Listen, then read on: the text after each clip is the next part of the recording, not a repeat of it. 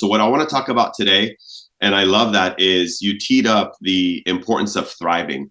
And one thing that I learned and recognized is that we all hold the same license.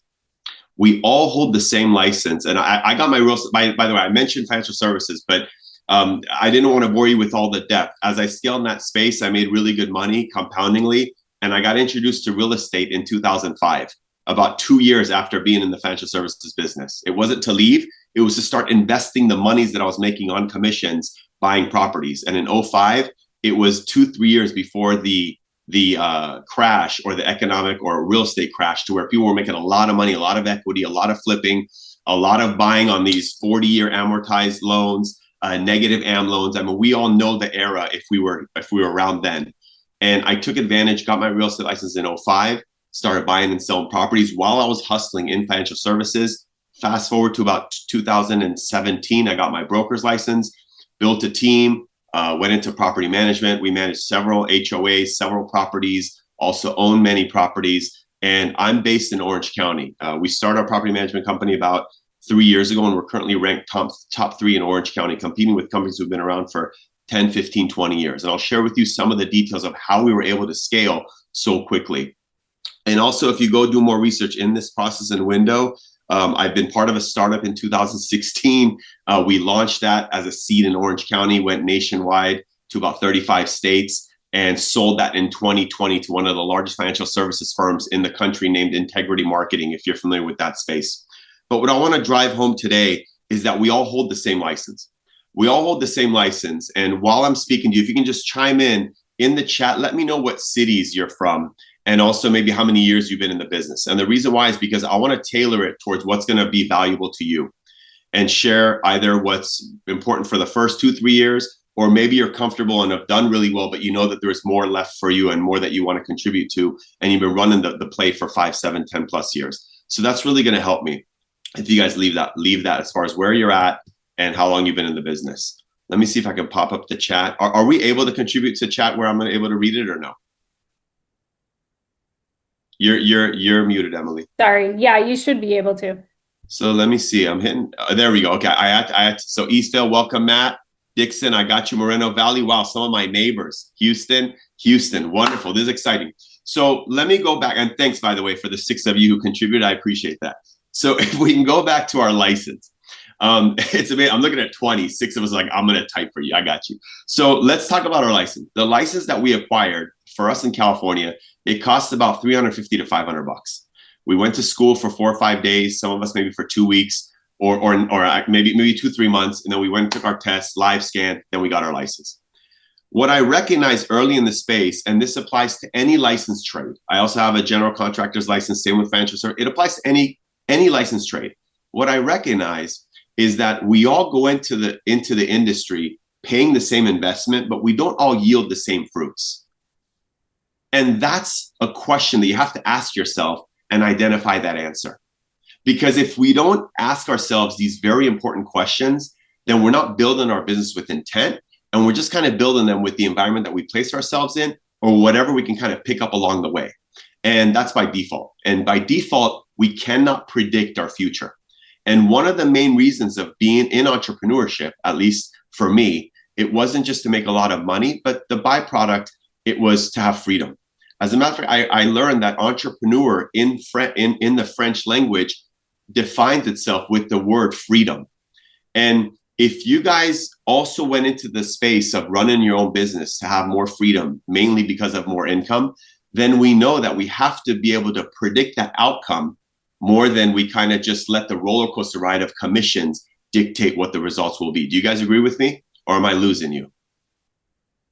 Have you guys been to too many of these already and the voice is sounding monotone? Guys, you got to wake up. And the reason why I'm telling you got to wake up is because you are your own CEO. And sometimes we might not know each other that well, but I'm going to keep it very real with you. And the reason why I'm going to keep it real with you is because I'm looking at a screen of not just an individual, but I'm tabulating the millions of dollars of time that you guys are allocating to me. And I have to deliver that value to you, not because it's just one of you, but because I got 20, 30, 50 plus people and the groups that are also joining your Zoom in those circles, to where that time cumulatively is significant to me. And that also is going to relate to how we run our business as entrepreneurs. So I want to drive the fact that if we all have this license, most of us will choose to survive with the license we hold. Few of us will actually make the choice to thrive. And the title of my delivery for you today is that we are all licensed to thrive. However, you have to be intentional about that outcome. And I'm going to ask you guys a lot of questions that if you haven't asked yourselves, write these questions down. They're not only important for you to keep asking yourselves these questions as a litmus test, but also great to ask some of the folks and some of the partners that are counting on you to help elevate their results. Some of your colleagues in the office doesn't have to do with hierarchy or management, it has to do with leadership. And we all want to be better leaders. So let's lead the people that are around us, including ourselves. Let's talk about this license to thrive. The first question that I want you guys to ask yourselves is, are you a 3%er? Are you a 3%er? Why or why not? Now, if we're wondering what is a 3%er, 3% of the United States earns $350,000 or more in income. 3% of the country yields an income of $350,000 or more.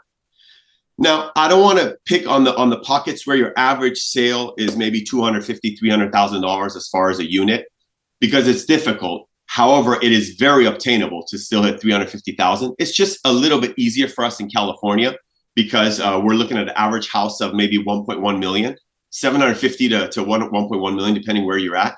But even if you're in the pockets where you're looking at $200,000, $300,000 units, you have to drive the volume game and you still get to control that volume. It's up to you. So the number one question first is, are we a 3%er? Now, some of you, 350,000, it's like we've ran circles around that number and that's too small. Great.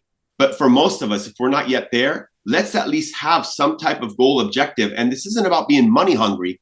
It's about having a standard of, hey, do we want to perform at the level of excellence in our craft, right? We all have this license. So we have to at least hold ourselves accountable to performing the best with this license, especially if we tell this to our clients, especially if we try to sell this to all of our friends, family, and the folks that might not have been sold to refer us business yet. We have to be able to prove that to ourselves. Are we running at the top 3%, right? Anyone that you want to hire as a professional, hopefully, if you have a pool of folks to select from, hopefully you want to select from the top 3%. Would you agree with me? Can I get some nods, some thumbs up? Right? All right, good. If your spouses are in the background saying, who's this guy yelling at you? Don't worry, it's all good news. Here's 5 reasons now why we are not there if we're not there. And some of you might already have 2, 3 of these reasons locked down and 1 or 2 takeaways. But the first five is, do you really want it? Now, I know that we always hear this all the time. Yeah, sure, I want it. I'm going to do it. Well, what I've learned is that we tend to do the things that we like to do, not the things that we want to do. And that's a little bit of a deeper conversation. But once you start to learn that reality, you're going to recognize that there's a lot of things that you want to do, but do you like to do it? So the first question is, do you want to do it? If it's yes, the second question is, we have to go down accountability and write these 5 things down. Do I want to do it? Second is accountability. And something's like, if it's obvious, we'll drill them deeper because we're going to get there. But accountability is number 2. Number 3 is responsibility. Responsibility. So are we accountable to ourselves? Or, many of us were accountable to our family. We're accountable to our partners, but are we accountable to ourselves? Most of us, actually. In the financial services space, I've sold hundreds of millions of life insurance. It sounds wild. I've been to over 40 funerals. That actually sounds more depressing, even though that's kind of wild too. But I want one of the amazing things that I've recognized is that most of us are willing to die for our family, but we're not willing to stay alive for them. That's the craziest fact that I'm going to share with you. We're all willing to die for our family, but not willing to do the things that's going to help us stay alive. And I'm talking about the habits we have. Like, how many folks not looking at a health ailment like diabetes or a potential disadvantage? I'm talking about a normal folk, a healthy folk. How many of us are eating junk food or not taking care of ourselves, making really good money and doing everything for our family, but we're not doing everything to stay alive for them? These are the small details I'm telling you about. These small details make a difference. So are we going to be responsible to hold ourselves accountable? Then the second thing is discipline, or the fourth is discipline.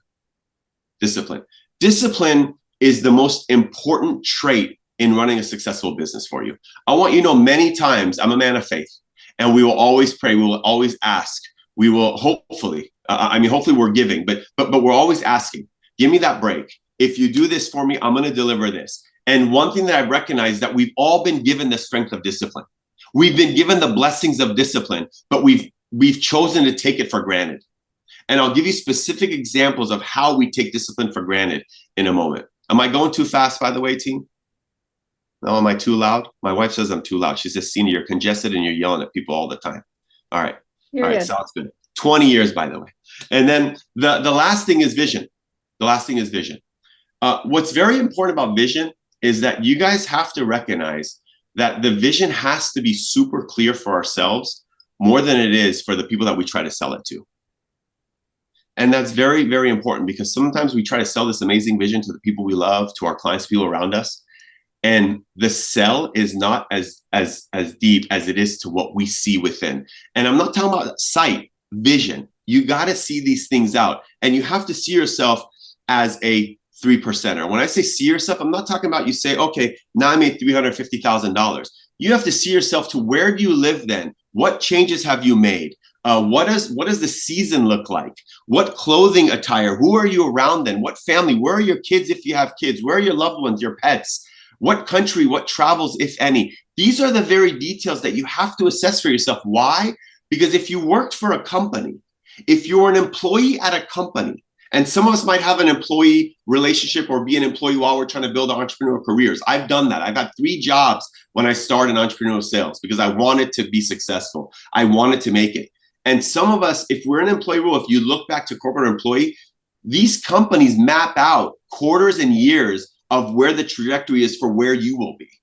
They map them out for the future. They map out where your promotion is going to be, and you're a number. They map out the incremental increases in your income. Why? Because they need the top and bottom lines of their organization. So they map it out. And we're employees, kind of these pawns in this system. But when it comes to running our own business, we don't map it out to that depth, but we're willing to be moved around in someone else's system. These are very important that we recognize, team. I grew up by a single mom who had multiple jobs, who had to ask for permission. When she got sick, she was stressed out and would yell at us because she was afraid she'll get in trouble if she called in sick.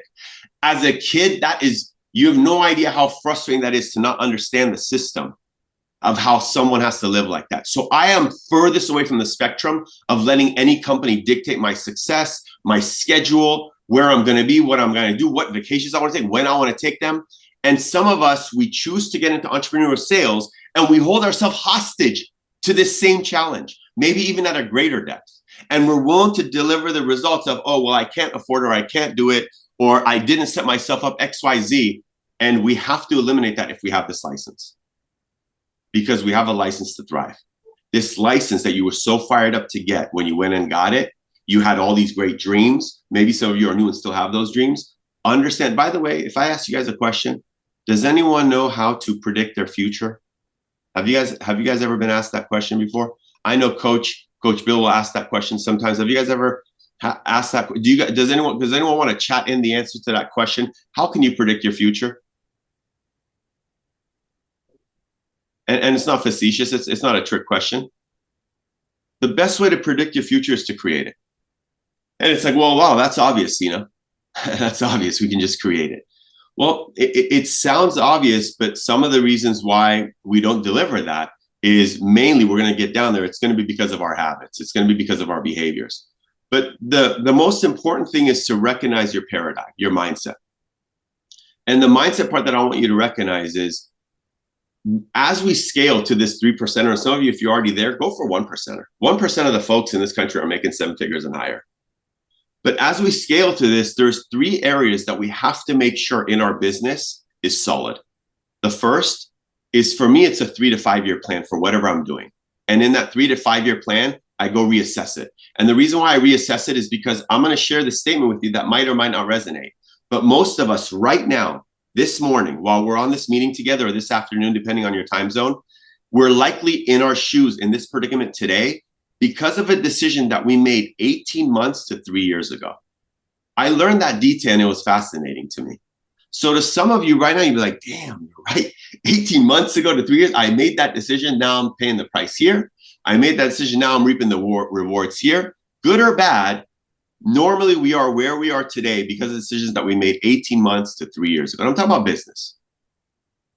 The second thing is, we all have to have goals, and we all set these goals, right? We all talk about maybe I want to buy a nicer house. Maybe I want to take my parents on a vacation if we're blessed to have our parents around. Maybe I want to pay for my kids' college. Maybe I want to donate to the greatest charity who's helped change my life.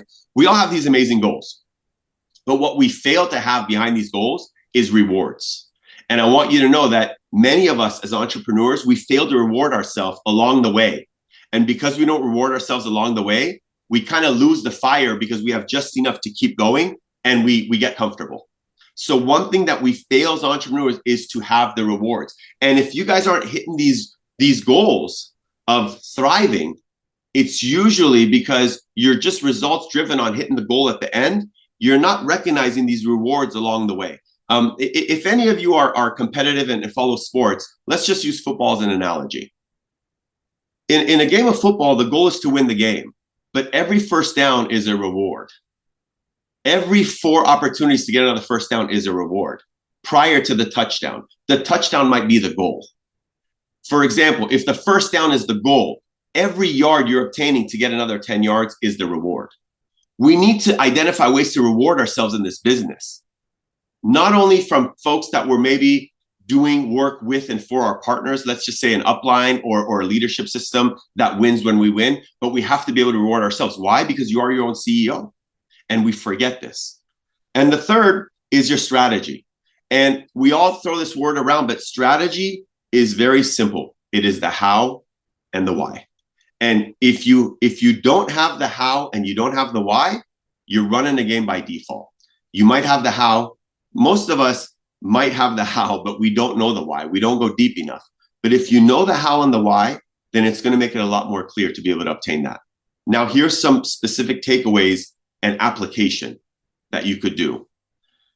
The first is I don't run my schedule on a 24-hour clock. How many of you guys have a time management issue or I don't have enough time, or I run out of time, or I'm pulled in many directions? Anybody? Or you guys have a lot of free time? Go ahead, give me an emoji or a chat or like a period or like a pulse on the, let's just make sure your keyboard works. Yeah, if you're still there, let me see. Anybody? All right, Tammy, thank you. Danny, I got an emoji. That's my favorite emoji, by the way. That sad face. Even when I'm laughing, I send that. I think it's just the funniest emoji. Great. There it is. Okay. So I'm going to give you guys a crazy hack. And if you're driving, it's going to be hard to apply this practice, but you can still have the takeaway. If you're at a standstill and you can write this down, I'm going to give you a crazy hack. And this hack is that I used to run a 24-hour schedule because everyone runs on a 24-hour clock. Like the concept of I don't have enough time, eliminate that phrase. There are some phrases that I've learned to eliminate from my vocabulary. And I'll tell you, one of them is the word try. Never use the word try. In the beginning, you're going to use it, but eliminate it because it just fills in the sentence for whatever it is you're trying to do.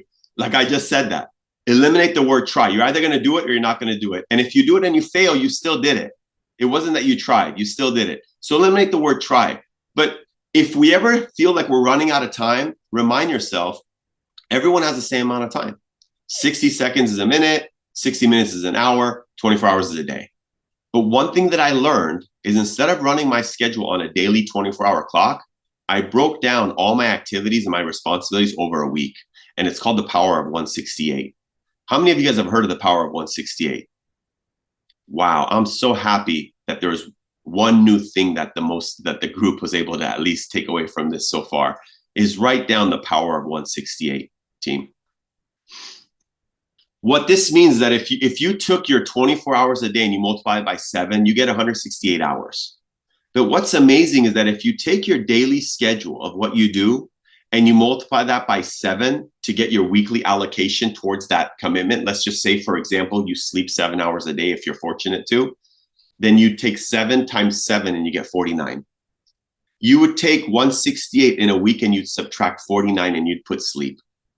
Then let's just say some of us or all of us go to the gym every day and we go 7 days a week. And I'll exaggerate these numbers in your favor. But let's say you go to the gym and that's an hour a day, 7 days a week. Then that's 7, 1 times 7, that's minus another 7 hours. If you do this for everything you do, including eating, I mean, you can, some of us, especially if we're really hustling and we're productive, not busy, eliminate the word busy, replace it with productive.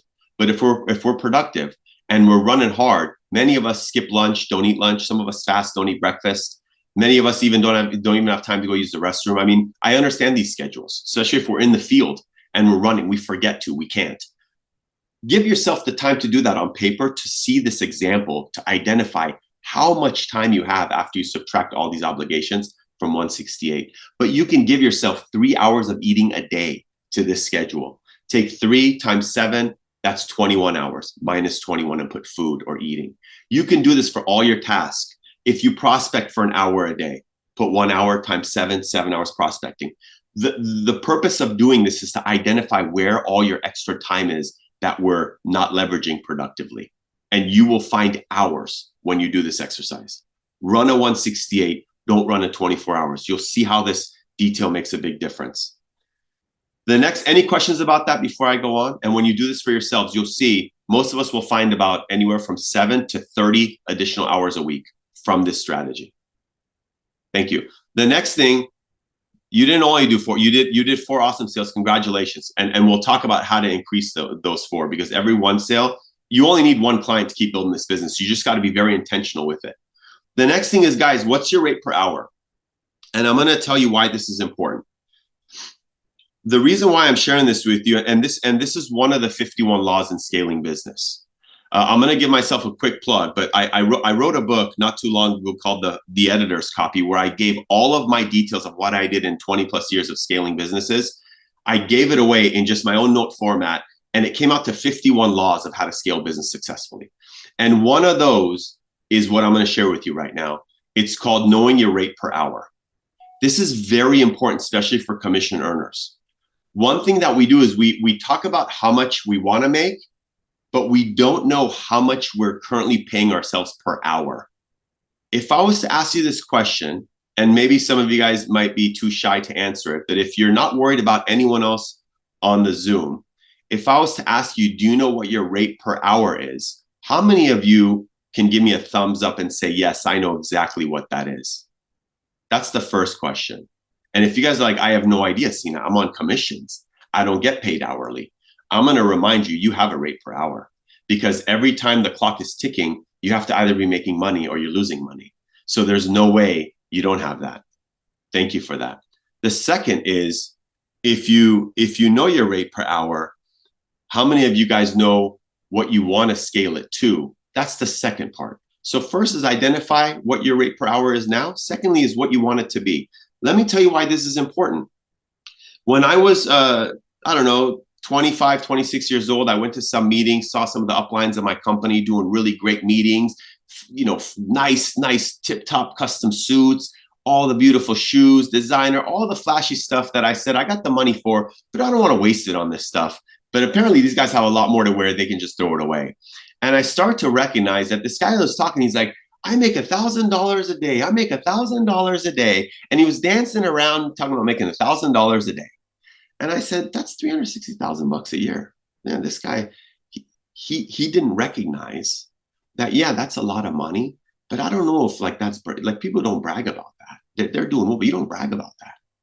So what I did was at that moment, I saw this guy, I said, you know what? I want to make $1 million a year. I was 27 years old. I said, I want to make $1 million a year. And the reason why was because when I started entrepreneur sales, the number to get to then in the early 2000s was you got to make 6 figures. You got to make 6 figures. But 6 figures then, earlier 2000s was 100,000. Now the term 6 figures is equivalent to 350 grand. If you guys know inflation of when the term you got to make 6 figures came out, it's equivalent to about 350 grand. That's why this number of being a 3% is so important. So when I recognized that I want to make $1 million a year, 27 years old, ego, excited, I said, well, I need to know how much I need to make per hour to make $1 million a year. Because if you don't know how much you get paid per hour, how do you know how much you're working hard towards making, right? Reverse engineering. And I did the math. And I want you guys to know, to make $1 million a year, you got to make about $274 an hour. So for me, my number then was 274. I say then because we want to keep scaling our business. And for those of you guys, if you're wondering how to make 3 million, you want to be about 750 an hour, because 3 million could could be a goal. And some of us are already hitting these digits. But the reason why this is important, and if you're wondering how to do that, is you're going to take your last year's income or your last quarter's income or your last month's income, even though the last month isn't too accurate. I think quarterly is a little more accurate for us in this space. But you can take the last 6 months, whatever you want to use as a gauge. You're going to take that, and over a year, you have 2080 as far as a full-time work schedule. 2080 hours. 2,080 hours is a full year. So if you do it quarterly, take 2080 divided by 4. If you do it monthly, take 2080 divided by 12. But you want to get a rate per hour. You need to know that for yourself. Now let me go down and let's just say you guys are doing really well, right? Because there's always room to grow, but let's just say we're all doing really well. And the average commission, if you guys can go ahead and text in here, what is your average commission from a deal when you close a deal? Either as a buyer, on the buyer side, seller side, no double deals, just a single side. What is your average commission? Go ahead and text it in here. I want to share with you a very important detail. So far, we're not making a lot of money. Let's see what we got. And if you don't have the sales, you're new, type what your average is, what your average should be. Awesome. 4K, I love it. 10K, I love it. Well, we have percentages, but I want to know how much that comes out to. If it's Suzanne or Susan, tell me how much that comes out to. 8,000. Forget the percentage, guys. I want the number. I want the number, because when we go pay for things, we don't pay in percentages, we pay in numbers. Don't be sold on the percentages, guys. It's the numbers. 18,000, that's what I needed to see. Okay, look at that. So team, let me share with you something very important. And some of you might already recognize this, but the few of you that don't, this is what's important. When the commission size is 4,000 or 8,000 or 10,000, you have to ask yourself, am I providing equivalent value? I'm not talking about, are you working hard? I'm not talking about you got to negotiate. You got to make sure that the title is set properly, escrow's legit. I'm talking about, are you providing equivalent value to your client to where they know that at the end of this deal, you've earned $18,000.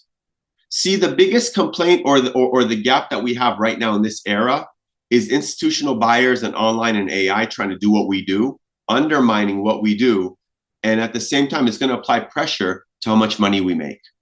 And we've already seen this. We saw it with the huge NAR settlement and how commissions were supposedly dictated by the seller, even though that's not the case. There is more guardrails and changes happening to where if you don't see the writing on the wall, the pressure is to start reducing our comp. That's the environment that we're going towards. It doesn't mean that we have to accept that, but it does mean that we have to recognize, for us to get to 350, for us to get to 500,000, for us to get to $1 million of income, we have to deliver the equivalent value. So some of us, we make a few calls, we don't get enough appointments, we're gassed out for the week, we're going to run it another weekend, maybe get the same result. We said we're going to go and knock on a few doors, introduce ourselves to the neighborhood, go let people know who we are. We knocked on 3-4 doors. No one answered. We looked around. What are we doing here? Is this really what I want to do? I never said I want to door knock. I want to sell homes. Whatever it is, we sold ourselves all these reasons not to deliver our value. We sold ourselves. Why am I going to DM 10 strangers, Sina? I don't want to harass 10 strangers, but I do want some of these strangers to become my clients. I mean, we have so many tools. We are abundantly saturated with tools to build our business, but we have sold ourselves on a lower rate per hour. This is why you need to know your rate per hour. Because if you're telling me you need to make $350,000 in this space, in this business, then that means that you have to be delivering $100 to $130 worth of value every hour. So when you call somebody, don't call someone like a $15, $25 caller. Call someone like $100 to $150 caller. And if you're wondering, well, what does that sound like? They sound a lot different. They sound like this meeting right here. I can't make this stuff up for you. I didn't read it on ChatGPT. This is my practice. This is what I've done. And if some of you are like, well, where do I get leads from? I don't get good leads. I don't get bad leads. Let me share with you what we've been sold on by lead providers, okay? A lead, and you can write this one down, but here's the definition of a lead. A lead is a name with or without a phone number, but you need either the phone number or an email address. You need that one. It's a name with or without a phone number with an excuse to start a conversation. That's what a lead is, team. If you sell yourself that that's the definition of a lead, you're going to crush it in this space or continue compoundingly crush it. But if you sold yourself that you don't get the good leads, you're looking for the better leads, your callers are XYZ and suck, whatever the market is doing isn't great, then I need you to remind yourself that now you're no longer the CEO. You've become number 2 or number 3 in an organization, and there's no leader because it used to be you. This is very important. I learned a long time ago, it's not the land, it's the man. And I don't mean to be gender specific. It just rhymes, okay? It's not the land, it's the man. And the reason why I'm sharing this with you from practice is because my first 7 or 8 years in leadership, I traveled across the West Coast, starting offices from scratch and building teams in all of them. And we would go to troubled areas, Central California, Nevada, Prim, Mesa, some pockets of Arizona. I just named some of Arizona. We would go to areas where there's not a lot of activity. We would put an office, we would recruit some folks, we would teach them our business and look for the greatest leader in that group and elevate them to what we call a number 2, because we don't have a number 1 yet. So if you guys are building teams, understand the speed of the leader is the speed of the pack. And if you're running your business as an independent producer, as a top producer, then your highest sense of urgency and speed is going to dictate that success. Any questions so far, by the way, team? You don't need to knock on doors. I love it. I'm marking myself. Yeah, that works. Any no? So far we're good. Did I lose you guys? All right. I'm not lecturing anyone, am I? I want to make sure I'm respectful. My wife says I yell, I get sensitive to that. All right. So team, there's 3 elements of running your business, guys. 3 elements of running your business. You guys might know 1 or 2 or 3 of these. If you don't, it's going to help. The first one is the activities that you know you should do and you are comfortable with. You should write this down. The activities that I know I should do and that I'm comfortable with. That area, you're good. You're all good. But at least you wrote it down, you know that you're good in that area. But don't lie to yourself, team. Please, do not lie to yourself. And if you're wondering, come on, Sina, why would I lie to myself? This is going to be tough because I've recruited thousands of folks and I've seen a lot of folks fail. That's right. I've seen a lot of folks fail. And a lot of those folks that failed, they lied to themselves. So I'm going to share with you, how do you determine if you're lying to yourself or not? And I'm going to tell you a truth right now, not to disrupt or disturb you, but for you to maybe use as a litmus test moving forward. And there's my science, the litmus test. The litmus test means that this can be the test to gauge if it's true or false. Okay? And here's how you know if you're lying to yourself in your business, if you feel you're doing great. And I'm going to share with you, you might not be. The way you determine that is by asking yourself this question. And I would write it down. And I ask this question to myself multiple times a week, a month, a year, whenever I need to. But the question is, will you follow you?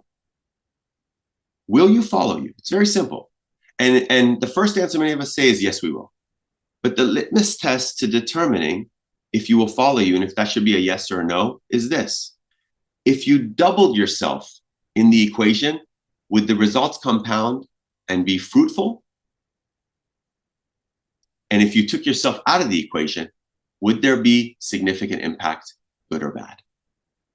Many of us, when we go down that path and we do this exercise internally, we're going to have some aha moments. We're going to say, wow, I let my ego and my pride really drive a lot of my threshed success, because there's so much more. I believe in unlimited potential. I believe in unlimited potential. And the reason why I believe in unlimited potential is because of multiple facts that I've observed in my life. I'm going to tell you one right now. One is that ants can carry 3,000 times their body weight. To some of you, that might mean nothing. But to me, that's fascinating, because the fact that that exists means that we can do some crazy shit in this world. So an ant can carry 3,000 times its body weight. I'll tell you the ant story if we have 5 minutes later of why that's fascinating. The second is because about 10 years ago, some random nutcase but I give him a lot of props and credit. He chose to jump from space in an astronaut suit for a Red Bull commercial, and he somehow made the free fall. I don't know if you guys remember that, but 7-8 years ago, some guy went up to space and jumped out, like right where the solar barrier enters the orbit. He jumped from orbit and somehow survived. I don't know if Red Bull played us on that whole event or not, but those two events really got me to think that I'm limiting my beliefs and potential, right? So everything's unlimited here. Let me go back to the second question. The activities you know you should do and are not comfortable with. There is activities that you know you have to do that you're not comfortable with. I can list a whole bunch of them for you. Might not apply to all of you, but some of them is, you got to network. You might have to join the team for that outing that week. You might not want, you don't want to, but you might have to. Maybe you got to run the broker tours, be a team player, bring the energy, bring the momentum, show people you're there, crack some jokes, lead the group a little bit if it's quiet. That's your opportunity to step up and let them know who you are and why you're there. Send out the blind text and the DMs. Squeeze in there. Someone just got married. Congratulate them. When do you want to buy your new house? They just got a kid. Congrats on your baby. Beautiful baby. I'm sure you've been looking to upsize. I mean, there are so many leads out there. They're abundant. You just have to be intentional. You have to be intentional. Everyone loves to do gender reveals. That means that they need to buy another house or a bigger house from me. Maybe they're renters. Maybe they're ready for an investment. I mean, we see gender reveals and we love to comment, oh, congrats, baby girl, baby boy. Me, I'm like, oh, damn, you got twins? Yeah, you guys need some more square footage? I mean, I'm looking for the opportunity because there's thousands of people I'm competing with that are also doing the same. And the third is the activities you do not even know you should be doing. And that's where you got to talk to your coaches, your mentors, and your team leaders. And if you're individual independent, connect with someone that's maybe doing what you want to do and identify what those activities are, because they're different for all of us. Why? Because we all have different strengths and different weaknesses. And what I'm going to recommend you is double down on all your strengths. Stop trying to spend time to go after your weaknesses and make them better. Because we live in an era to where speed is your greatest threat or your greatest value. But slowing down or trying to perfect something is going to hurt you, The number one goal and mantra we have is to fail forward every day. Fail forward every day. Every time you fail forward, you're going to become better. You're going to learn something from it. But if you're trying to perfect the process and you're just winning, there's an eventual kind of coasting because you didn't fail forward enough to grow. And now the coasting, we know what follows coasting. Nothing good. Nothing good. Did I lose you guys? Okay. I'm going to close it out with this. Or let's see. We got more? Did I lose you guys? All right. I love that. So just to summarize that, though, as far as ownership, live by design, not default. Choose not pleasing activities versus pleasing results. And then also choose challenge versus comfort. All right, guys? I learned early that people will rather pay the pain of not having than pay the pain of having. And that to me was just crazy. I'm going to give you 5 levels of personal growth. This way you guys know where you are in your personal growth. And we're all different levels. But it's really important that you strive to accomplish these levels and you keep going forward as an entrepreneur, as a CEO. Thank you, by the way, for the comments. Rochelle, thank you. The first one is we're all licensed, right? So level 1, we all have level 1. We're licensed. What does license mean? License means that you have rights. So give a definition to these levels. When you're licensed, you have rights. That means that clients will listen to you because you have a license. That's level 1. That's the easy level. We walk into this level. Level 2 is we have permission. Level 2 is we have permission. Some of us, we need to know what level we're on to know what level to climb towards or to strengthen. But level 2 is called permission. And in level 2 permission is where you're building relationships. You're building relationships and the clients trust you because you've proved that you've earned them. Many of us are in level 2. We have our small client list. Maybe some of us have a long client list, but we're in level 2. Level 3 is production. And production, it has one definition, team: results. Production is all about results. It's not about your effort. It's not about how much we tried or wanted to do. It's all about your effort, about your results, not efforts, your results. That's production. And that's when clients buy from you because of what you've done for others. Once you've accomplished that, you're running hard. You want to get into that sweet spot of production. Then from production, this is more for the experienced and the agents who've been branding for at least 3-5+ years. You get into client development. That's level 4. Client development means your referral driven, your referral business. One of my main goals in getting into entrepreneur sales was to create as many passive channels of income as I can, because entrepreneurship is all about working hard for X amount of years to work a way that others can't for the rest of their life. And I wanted to define that to be true. So level 4 is client development, which is referrals. And referrals is important because once you get to that level, you have other folks kind of being your advocates, being your cheerleaders, helping you get in front of more folks. Wherever you are on these levels, keep focusing on the next step, because as you focus on to the next step and you get to the referral process, you can then start to compound and scale a lot easier. As a matter of fact, the more referrals you get, the closer you are to this definition of your business. And this definition is doubling your income working half the time. That's the goal. That was my goal. I want to double my income working half the time. And we live in an era to where all these fall true. We know automation exists. We've seen ChatGPT. We've seen the internet and all these videos. You can do all this stuff in a tenth, if not less, than the time that we used to have to do it. Then level 5 is where you've established or become an agency, even as an individual. As an agency, it means that you have the respect of the community. It means that everyone comes to you and does business with you because of what you represent. Whether that be your brand, your team, your downline, it's the equivalent of 5. People come to 5 because of what 5 represents. Because of Nas, the leadership, the culture, that's the level of agency. Many people want to create an organization like this, but don't get to the level of agency. They're still in the level of production maybe, but they're trying to sell that they have an agency. These are the details, team. I'm going to open up the last 10 to 15 minutes for Q&A. And I'm going to leave you with this. Focus on doing the most important thing at any given moment. And regardless of what people around you believe in, make sure that you believe in yourself more than they do. Because that's what being a CEO is all about, team. Thank you so much for this opportunity. If you guys want to unmute, ask any questions about your market, your business, your challenges, let me know. And if you guys aren't connected with me, please do so on Instagram. I have my screen name next to my name, CEO Accredited. And anything that you can take away from me on that page, you can use. You don't have to ask. You can reposition it, copy it, borrow it. It's for you. There's so much abundance out there. Any questions for me, team? And by the way, I want to thank all of you for the time you've given me. I know we can't get that back. Any questions for me, team? None. Wow. All right. Well, Emily, I don't know if do you want me to? I have another 5-10 minutes if you guys want me to leave you with another takeaway, but I don't want to bore anyone. I have a quick question. Yeah, please. Who is that? I have Danny Lenore. Danny. Hi, Danny. Thank you. Go ahead. Well, thank you so much for this. I really, really appreciate it. It was, very, very educating. I know in the beginning you had went over like the first 5 steps. I did miss it. I did miss the first 2. I have responsibility for number 3, discipline for number 4, and vision for number 5. Can you give me 1 and 2 again, please? Yeah. So number 1 was, do you really want it? It starts with asking yourself, do you really want it?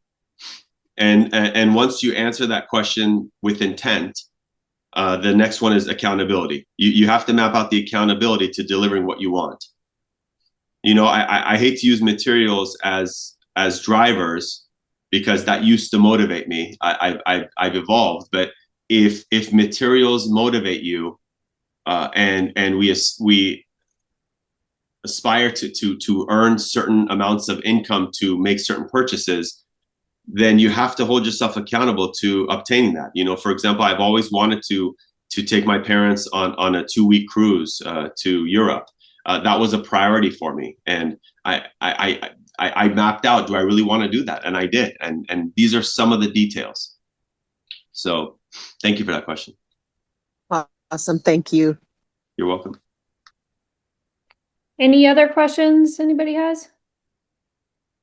I just have one thing to add, kind of I just follow Rob Dial on Instagram. He calls himself the mindset mentor. And just one thing that I saw recently from him was like, if you do things that are easy now, it's going to be hard later. And if you do things that are hard now, it's going to be easy for you later. So doing the hard things now, just trying to focus on that. So that's kind of my little nugget there. So, Thank you for that. Can I just leave you guys with this before I part ways, team? I do want to share with you that for those of us that might not recognize how much we take this opportunity for granted, this license we have in the time, is I just want to share with you this exercise I learned 15 years ago, was the concept of having $84,600 in your bank account every day. Are you guys familiar with this concept? No, well, let's just recognize this detail. If you guys had $84,600 in your account, in your bank account today, and you can't take any of this unused money with you the next day, it doesn't roll over, but it replenishes the next day. How much of that money are you going to use? How much of it will you use? How much of it will you let sit there? Any answers? Pass. You'll pass. You get $84,600 in your account. You're using most of it. That's right. That's right. You're using most of it. Well, if I could, I would use all of it, because you're going to get it replenished the next day, right? But what you don't use, you can't roll over. I want you to know that this concept of $84,600 in your bank account is how many seconds we have every single day. We get 84,600 seconds every single day. And what we don't use productively, we don't get to roll it over tomorrow. But we're blessed tomorrow that if we wake up, we get that 84,600 seconds a day. You need to recognize these are the methodology and the ways that some of these people that you're like, they think different, they operate different. These are the ways that some of these folks think and operate. We move in seconds because time matters. You guys, thank you so much for your time. Make sure you reach out to me. If any of this was valuable, this is my plug for you. It's called the editor's copy.